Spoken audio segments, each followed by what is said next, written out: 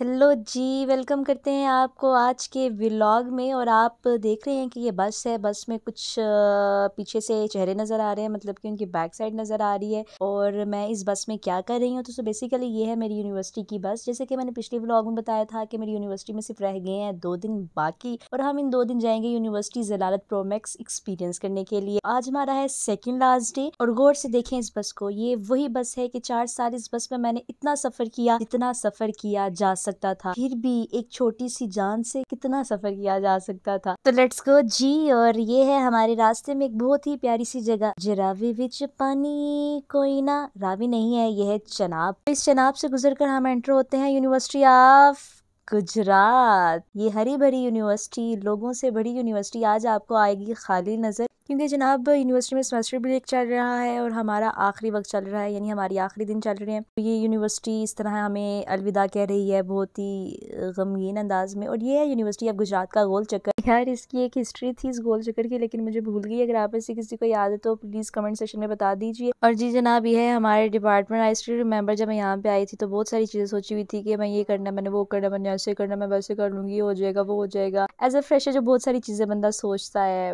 वो अलग बात है कि बहुत सारी चीजें अचीव भी की हैं, बहुत सारी चीजें कुछ भी नहीं किया बहुत सारी चीजों का।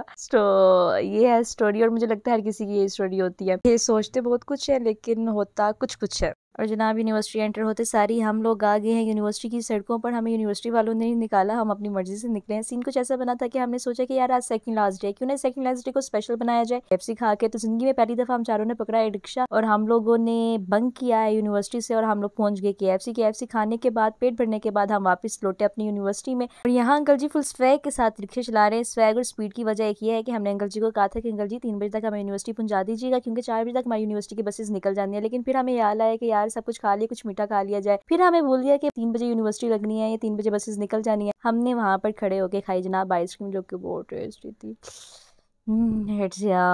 और आइसक्रीम खाने के बाद हम लोग दोबारा बैठ गए रिक्शे में, और हमने कहा अंकल जी बस हूं फिर इंज दी स्पीड पड़नी है कि बस फिर फड़ी लेनी है स्पीड। और अंकल जी भी कोई फुल हस्बैंड मटेरियल इंसान थे, तो उन्होंने बिल्कुल हमारी ऐसी बात मानी जैसे मुझे लगता है कि वो घर में अपनी वाइफ की बात मानते होंगे, इसलिए उन्हें बहुत एक्सपीरियंस था। उन्होंने कहा कि बेटा जी टेंशन ही कोई नहीं है, असी इंज पहुंचा देंगे। वही बात हुई कि हम लोग टाइम से पहुंच गए, लेकिन हमें पहुंचते पहुंचते ये याद आ रहा था कि हम यूनिवर्सिटी आज करने क्या आए। हमें ये याद आया कि हमारा कल प्रोजेक्ट है, और उस हवाले से हम लोग यूनिवर्सिटी आज आए थे, क्योंकि हमने अपनी जगह प्लेस करनी थी। हमने इस जगह पे कल अपना प्रोजेक्ट डिस्प्ले करना है, जो कि हमने नहीं की थी। मतलब कि जिस काम के लिए आए थे वो काम ही नहीं किया था, 3 हो गए थे। और फिर हमें याद है कि अच्छा ये काम करना था। खैर किसी अलग के बंदे ने ये काम कर दिया था।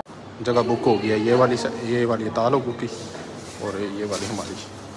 जी तो सुबह 5 बजे की बस में बैठ के गुजरात पहुंचे। गुजरात से बाहर निकल कर केएफसी खा के, आइसक्रीम खा के वापस बस में बैठ के हम जा रहे हैं सियालकोट सिस्कार्ड लाइफ विद फ्लो। अब देखते हैं ये लाइफ हमें कहाँ लेकर जाती है, because we have nothing to do in future. Let's see what will happen. हैं अगले व्लॉग में, तब तक के लिए अल्लाह हाफिज।